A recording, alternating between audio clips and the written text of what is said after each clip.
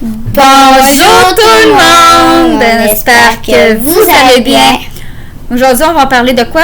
Est-ce que c'est facile? Non. C'est un sujet qui était pas mal délicat, mais je pense que c'est un sujet qu'on est pas mal obligé de parler aux enfants. Est-ce qu'on doit parler de la mort? Comment on fait? C'est tout le temps bien embêtant. Mais je pense que ce qui est le mieux, c'est de leur dire simplement les choses. Parlez-leur de vos croyances. Parlez-leur de comment vous voyez ça, la mort, comment ça se passe dans votre religion, dans votre façon de voir les choses, comment vous voyez ça, puis essayez de leur expliquer qu'il y a d'autres gens qui pensent de façon différente, qui vivent ça de façon différente. Comme ça, l'enfant, lui, va pouvoir se faire sa propre idée là-dessus parce que ça reste un mystère, puis on n'est comme pas vraiment capable de leur dire ce qu'il en est pour vrai parce que, en réalité, personne ne le sait. J'ai ma poulette ici là, qui est en deuil présentement, fait qu'elle pleure et c'est très sain. Dans les étapes du deuil, ben il y a justement la grosse peine, il y a aussi la colère, le déni, entre autres. Et c'est très difficile de passer au travers d'un deuil. C'est très difficile pour un adulte, alors imaginez-vous pour un enfant. C'est pour ça qu'il faut l'accompagner étape par étape et de le rassurer pour lui dire que ça va passer, cette peine-là, cette douleur-là qu'on vit et qu'il va avoir autre chose au bout. C'est très difficile, mais écoute, c'est un passage obligatoire parce que dans le fond, dans la vie, on va en vivre plein des deuils.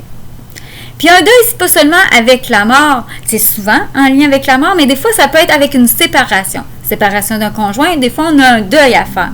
Séparation, par exemple, avec l'enseignant, des fois, il peut y avoir un deuil. C'est des deuils qui sont peut-être plus faciles à passer au travers, mais qui nécessitent qu'on travaille quand même sur soi et qu'on doit quand même faire toutes les étapes avant d'arriver à une belle et une bonne guérison. Maman, est-ce que moi aussi je vais mourir? C'est une question qui me fait vraiment mal au cœur. Mes deux enfants, ils m'ont posé cette question-là et je suis fondue en larmes, mais j'ai pas le choix de leur dire, ben oui, toi aussi tu vas mourir. De quoi on peut mourir?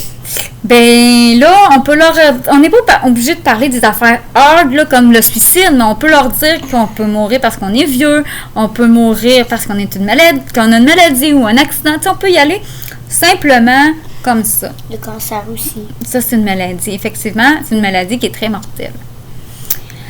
Mais on peut faire un deuil d'une personne qui est décédée ou qu'on a eu une séparation, mais aussi un animal. Et ça fait aussi mal pour l'enfant de vivre un deuil d'un petit animal. Est-ce qu'on remplace l'animal tout de suite?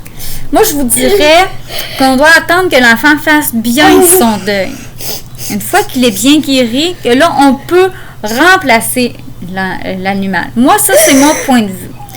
Moi, je pense qu'il vaut mieux qu'il soit bien guéri au lieu de transférer sa peine sur un autre animal, puis que là, sa peine n'est pas tout à fait guérie, puis là, ça traîne.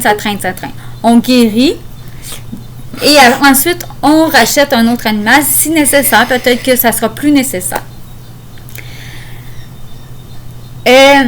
Est-ce que on répond à tous ces questionnements? Je pense que c'est le best, c'est d'y répondre.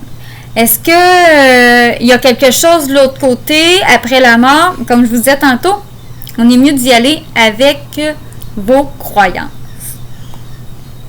Alors, je pense que j'ai fait le tour.